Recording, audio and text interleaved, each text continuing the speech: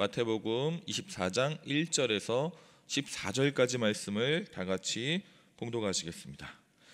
예수께서 성전에서 나와서 가실 때에 제자들이 성전 건물들을 가리켜 보이려고 나아오니 대답하여 이르시되 너희가 이 모든 것을 보지 못하느냐? 내가 진실로 너희에게 이르노니 돌 하나도 돌 위에 남지 않고 다 무너뜨려지리라. 예수께서 감람산 위에 앉으셨을 때에 제자들이 조용히 와서 이르되 우리에게 이르소서 어느 때에 이런 일이 있겠사오며 또 주의 임하심과 세상 끝에서는 무슨 징조가 있사오리이까? 예수께서 대답하여 이르시되 너희가 사람의 미혹을 받지 않도록 주의하라. 많은 사람이 내 이름으로 와서 이르되 나는 그리스도라 하여 많은 사람을 미혹하리라. 난리와 난리 소문을 듣겠으나 너희는 삼가 두려워하지 말라. 이런 일이 있어야 하되 아직 끝은 아니니라. 민족이 민족을 나라가 나라를 대적하여 일어나겠고 곳곳에 기근과 지진이 있으리니 이 모든 것은 재난의 시작이니라. 그때의 사람들이 너희를 환난에 넘겨주겠으며 너희를 죽이리니 너희가 내 이름 때문에 모든 민족에게 미움을 받으리라. 그때에 많은 사람이 실족하게 되고 서로 잡아주고 서로 미워하겠으며 거짓 선지자가 많이 일어나 많은 사람을 미혹하겠으며 불법이 성함으로 많은 사람의 사랑이 식어지리라. 그러나 끝까지 견디는 자는 구원을 얻으리라. 이 천국 복음이 모든 민족에게 증언되기 위하여 온 세상에 전파되리니 그제야 끝이 오리라. 아멘. 네, 오늘은 방금 읽으신 마태복음 24장 1절부터 14절까지 말씀을 가지고 천국을 준비하는 신앙이라고 하는 제목으로 함께 은혜 나누고자 합니다. 여러분 제가 이제 설교를 준비하다가요 여러 가지 자료들을 막 찾아보는데 2015년에 어떤 목사님이 쓰셨던 칼럼을 우연히 읽게 됐습니다. 그런데 그 내용이 재미있더라고요. 제가 읽어드릴게요. 어느 아들이 아버지에게 충고하는 문자 메시지 4통을 보냈습니다. 아들이 이렇게 썼어요. 아버지, 세상을 살아가려면 이제 아들의 충고도 받아들여야 됩니다. 그러면서 아들이 4통의 문자를 보냈는데 첫 번째 문자의 내용은 이렇습니다. 아버지, 조심해야겠습니다. 젊은 아이들을 만날 때 아버지는 잘못을 바로 잡아주려고 하시는데 요즘 그런 행동이 나쁜 행동이랍니다. 처녀애들이 짧은 바지를 입든지 말든지 아무 소리 하지 마세요. 이러쿵저러쿵 하다간 성희롱범으로 몰립니다. 눈 감고 사세요. 아버지는 못 참는 성격이라 심히 걱정됩니다. 이게 첫 번째 메시지였고요. 두 번째 메시지는 아버지, 동네 어린아이들을 만나면 예쁘다고 고추 따먹자 뭐 그런 소리 하지 마세요. 아이 엄마가 고발하면 성추행범이 됩니다. 가문의 수치가 될 수 있으니 아버지 조심하세요. 이렇게 보냈어요. 또 세 번째 메시지입니다.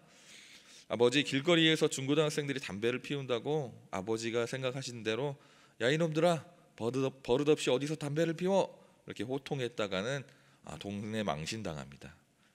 뭔데 네가 뭔데 당신이 뭔데 라고 대들면 뭐라고 하실 겁니까? 주의 준다고 한 대 때리시면 아버지가 폭행범으로 몰립니다. 그럼 마지막으로 네 번째 문자인데요. 아버지가 생각하신 세상일, 아버지 식대로 살다간 망신만 당합니다. 남이야 전봇대로 이빨을 쑤시든 남자가 여자 옷을 입고 여자가 남장을 하든 이제 모두 제멋대로 사는 세상이라는 것을 아셔야 됩니다. 동네 처녀 총각들에게 결혼 이야기도 하지 마세요. 그 사람들도 결혼 못하는 것 독이 올라 있습니다. 잘못했다간 큰 코 다칩니다. 이렇게 문자를 4통을 보낸 거예요.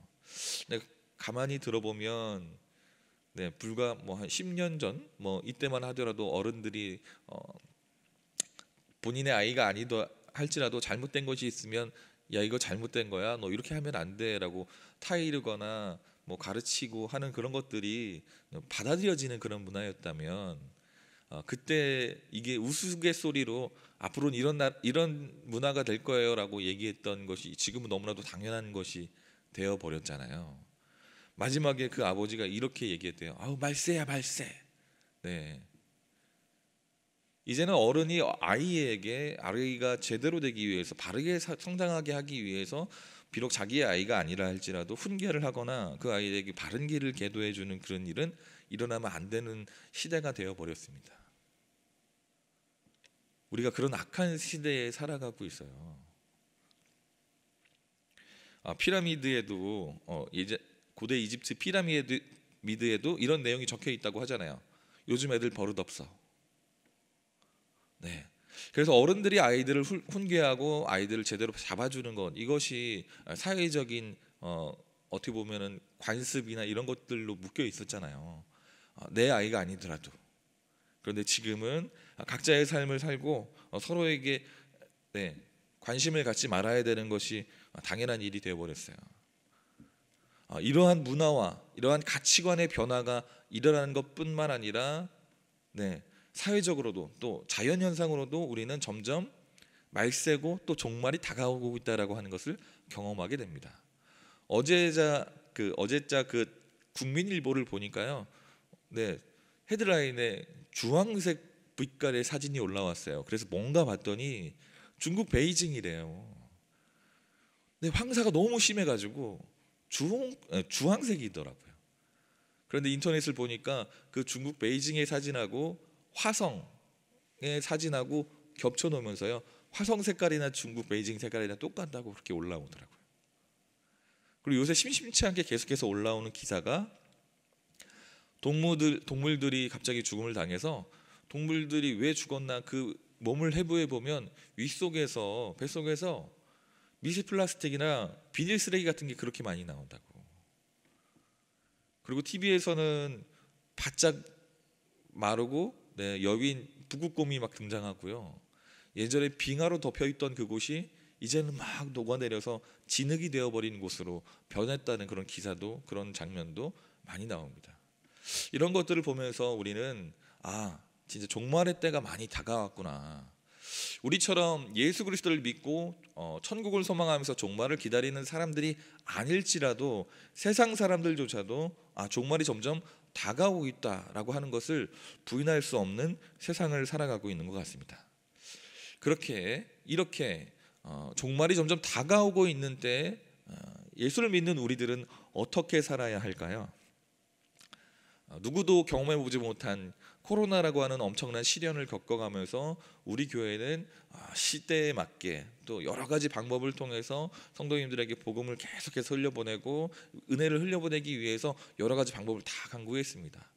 그리고 잘 이겨내고 있죠. 지금 우리가 이렇게 잘 이겨내는 것과 같이 앞으로 종말의 시대에 하나님께서 사용하시는, 하나님께서 인정하실 만한 그러한 모습으로 준비되어지고 잘 견뎌냄을 통해 구원을 얻어내는 여러분과 제가 되길 주의 이름으로 축원합니다. 오늘 말씀은요, 마태복음에 나오는 5가지 강화 사건이라 그래요. 이 강화가 뭐냐면요, 예수님께서요 어떤 주제를 가지고요 상세하게 이야기로 설명해 준 것을 얘기를 해요. 그러니까 다른 이야기들은 사건으로 지나가는데 예수님께서 이렇게 깊이 설명해 주셨다면 굉장히 중요한 내용이겠죠. 그 5대 강화 사건 가운데 맨 마지막 강화 사건입니다. 시기로 보면 예수님께서요 3년의 공생애를 마치고 이제 마무리 지으려고 하는 그 시점에 특별히 5번째 강화 사건을 통해서 또 5번째로 그렇게 상세하게 설명하는 그 주제를 가지고 과연 제자들에게 무슨 메시지를 전지려고 하셨는지 한번 알아보고 결단하는 시간 갖도록 하겠습니다. 첫 번째로 예수님께서 제자들에게 전달하려고 하셨던 첫 번째 메시지는요, 옛 영광이 아니라 새롭게 시작하라 였습니다. 앞선 마태복음 23장의 말씀을 보면요, 예수님께서요 예루살렘 성전을 찾으세요. 예루살렘 성전을 찾으시고 그곳에서 두루 다니시는데 거기에서 종교 지도자들, 그러니까 서기관과 바리새인들을 만나세요. 그런데 서기관과 바리새인들을 만나서 그들과 좋은 얘기를 주고받는 것이 아니라 그들의 잘못을 하나하나 지적하시면서요 그들을 저주하십니다. 백성을 올바로 인도하고 하나님 앞으로 인도해야 될 그들이 그들의 사명을 잃어버리고 타락하고 방탕하게 되니까 예수님께서 그들을 지적하고 그들의 모습에 진노하셨던 거예요. 예수님은 성전에 있는 서기관과 바리새인들을 향해서 이렇게 얘기했습니다. 물질을 사랑하고 타락하고 방탕하며 사명을 잃어버렸다고 그들을 꾸짖으시고 화 있을진저라고 하는 그런 주문을, 그러니까 저주를 하는 그런 문구를 사용해 가면서 그들이 무엇을 잘못했는지 하나하나 꼬치꼬치 7가지 그들의 죄목을 지적하십니다. 그러면서 그들이 앞으로 멸망하게 될 것이라고 얘기하시면서 탄식을 하세요. 그리고 나서 예수님께서 오늘 말씀으로 돌아와서 예수님께서 성전을 떠나오는데 제자들이요 그 얘기를 듣고요 너무나도 의아한 거예요. 왜냐하면 예수님께서 멸망할 것이라고 얘기하는, 그리고 또 무너질 것이라고 얘기하는 그런 예루살렘의 성전은 어떤 예루살렘의 성전인가요? 그들에게 있어서 굉장히 중요한 의미를 갖고 있는 건물이잖아요. 단순히 제사가 드려지는 곳이 아니고요, 그곳은 하나님이 이스라엘과 함께한다라고 하는 상징적인 의미를 담고 있었습니다. 비록 포로기를 통해서 성이 함락되고 성전이 무너졌었지만 다시금 하나님께서 고레스 왕을 통해서 포로가 귀환해서 그 성전을 재건하게 하셨던, 다시금 이스라엘의 하나님이 되어주셨던, 그러니까 그 성전은 다시금 하나님께서 이스라엘과 함께한다라고 하는 상징이었던 거예요. 그러니까 그들에게 있어서 굉장히 자랑이었고요, 그들에게 있어서 굉장히 중요한 건물이었습니다. 그런데 예수님께서 지금 그것이 무너질 것이라고, 너희들이 멸망할 것이라고 말씀을 하시잖아요. 그런데 제자들이 예수님을 쫓아서 내려오는데요, 그 건물이요 너무나도 크고 웅장하고 아름다운 거예요. 지금이 막 전시도 아니고 왜 갑자기 저 성전이 무너진다고 하는 것일까? 자, 내려오는 길에 예수님과 눈이 마주치면서 제자들이 성전을 가리킵니다. 그러니까 예수님께서 다시 한번 그들에게 이렇게 말씀하세요. 돌 위에 돌 하나라도 남겨지지 않을 것이다. 그리고 그 일은 70년 후에 로마의 티투스라고 하는 장군에 의해서 실제로 벌어지게 되고 성전이 무너지게 됩니다. 그 건물이 얼마나 화려했냐면요, 헤롯 왕이라고 아시잖아요. 헤롯 왕이 원래 막한 왕으로만 저희들에게 알려져 있지만 이 사람이 건축술이 엄청나게 뛰어난 왕이었어요. 그래서 자기가 가는 곳마다 엄청나게 아름다운 건물들을 다 지었었는데, 특별히 그가 유대인 출신이 아닙니다. 그러다 보니까 유대인들에게 인정받기 위해서 성전을 지극히 아름답게 지었어요. 그러니까 사람들이 보기에도 와 라고 탄식을 할 만큼 그렇게 지어놓은 것이죠. 그런데 예수님께서 지금 그것이 돌 하나도 돌 위에 남지 않을 것이라고 말씀을 하시는 거예요. 자, 생각해보면 포로기의 아픔을 겪었음에도 불구하고 하나님께서 다시금 회복시키신 성전입니다. 그렇다면 하나님께서 그렇게 변덕스러우신 분이 아니시라면 왜 굳이 다시금 고생스럽게 포로기를 거쳐 지나가면서 귀한 공동체가 어렵게 다시 만드는, 또 그리고 다시금 그 위용을 되찾은 그 건물을 하나님께서 무너뜨리실까요? 그건 너무나도 궁금했던 거예요. 예수님께 그래서 이렇게 성전을 가르쳤던 거예요.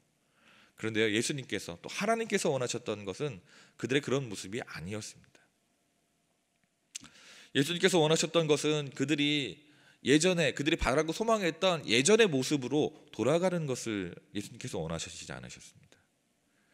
그들이 여전히 성전에 얽매여 있고, 그들이 여전히 율법에 얽매여 있고, 그들이 여전히 본인들은 선민이라고 하나님의 선택된 백성이라고 하는 그러한 교만함에 빠져 있는 것을 바라보시면서 하나님은 그 성전을 바로 세우고 그 성전을 통해서 하나님의 일을 세우실 것이 아니라 하나님께서 그 성전을 무너뜨리시고 다시금 그들의 본래의 신앙을 회복시키시는 신앙 공동체로 탈바꿈시키시라는 계획이 있었던 거예요.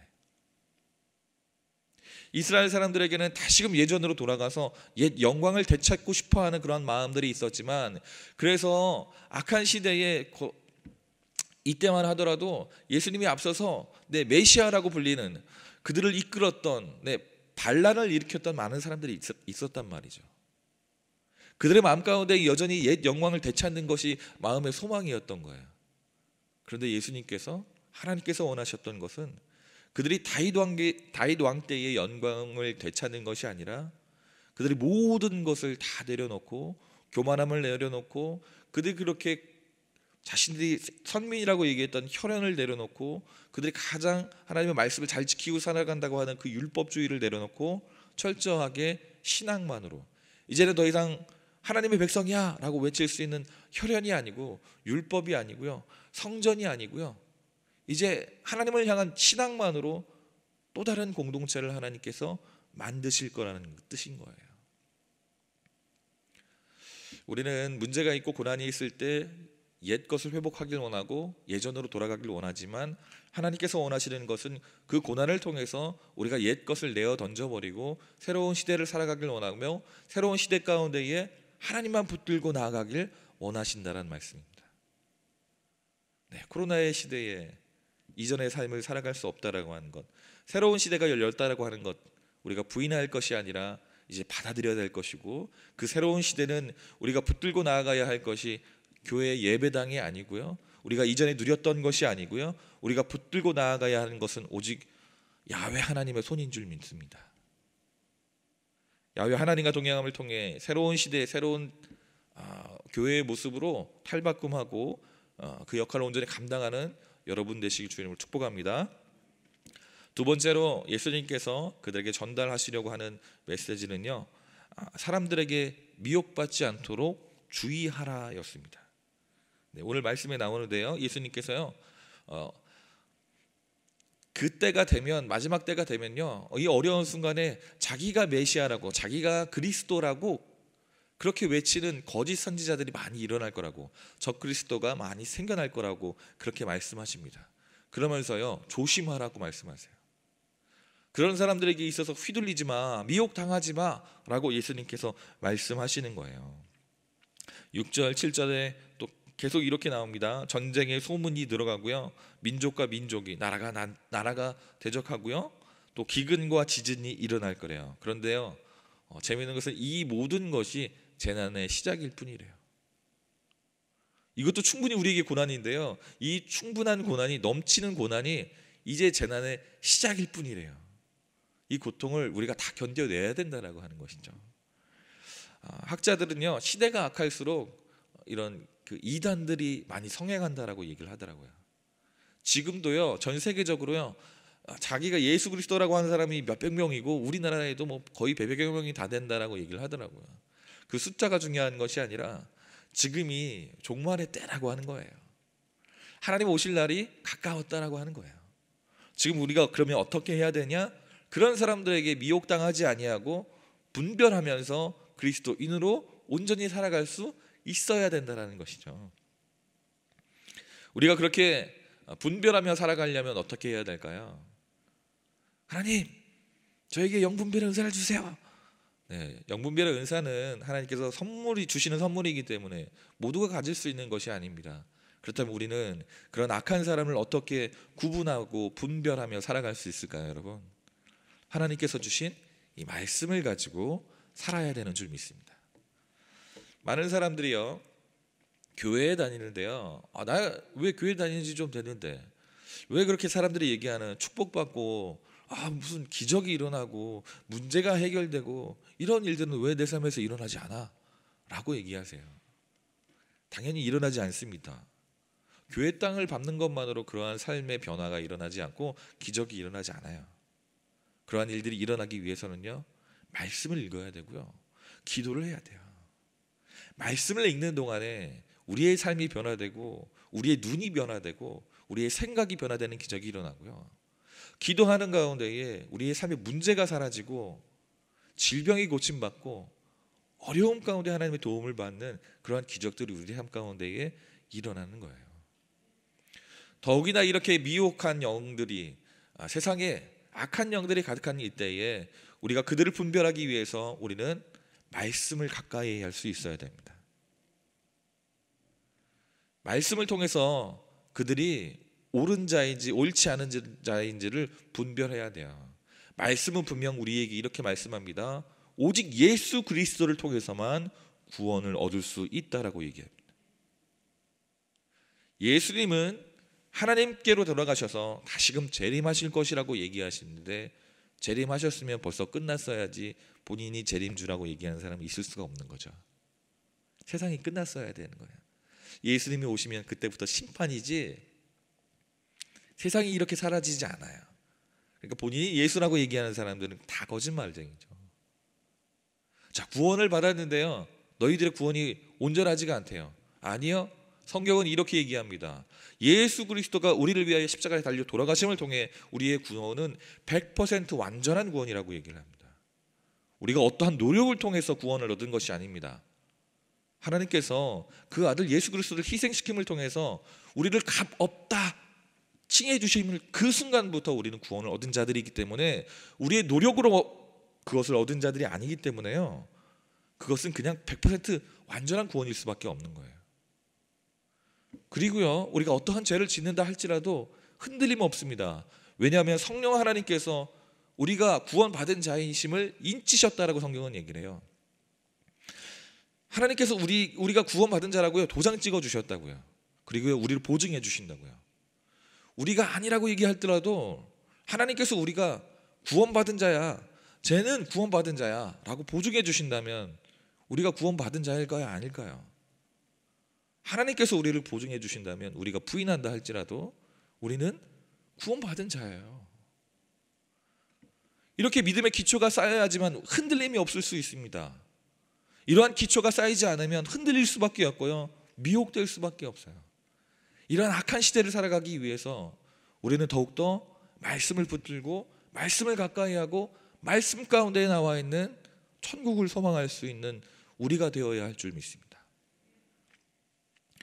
마지막으로 세 번째는 예수님께서 그들에게 전한 메시지는 마지막까지 견디는 자는 구원을 얻을 것이다 라고 하는 것입니다. 재난이 시작된 이후에 사람들이 믿는 사람들을 환난에 넘겨주고요, 죽이면서 미워할 것이라고 성경은 얘기해요.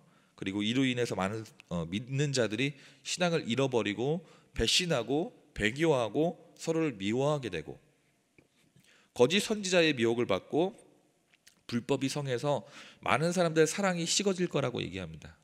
이 모든 일들이 지금 우리가 살아가고 있는 세상 가운데 일어나고 있는 일임을 여러분들 다 아실 겁니다. 그런데 예수님께서 이렇게 경고했던 일이요, 실제로 예수님이 돌아가시고 얼마 지나지 않아서 네로 황제로부터 시작돼서 계속된 로마 황제들의 박해가 시작되었고요, 사람들은 예수 그리스도를 믿는다는 이유로 죽임을 당해야 됐고 불에 태움을 당해야 됐고 동물에게 찢겨 죽임을 당해야 됐습니다. 그런데 그 가운데서도 사람들이 그 고통 가운데서도 그 어려움 가운데서도 고난 가운데서도 신앙을 끝끝내 포기하지 않고 신앙을 유지하기 위해서 우리의 믿음의 선조들은요, 땅을 파고 들어가서 굴 속에서 생활하며 빛으로 들어오지 아니한 그곳에서 자신들의 신앙을 지켜냈어요. 그들을 통해서 복음이 우리에게 전해진 것입니다. 고난은요, 단순히 믿어야지, 우리가 견뎌야지 라고 해서 견뎌질 수 있는 것이 아니고요, 하나님에 대한 신앙이 흔들리지 않는 것이 아닌 거예요. 우리는 끊임없이 삶 속에서 천국을 소망할 수 있어야지만 고난을 견뎌낼 수 있는 줄 믿습니다.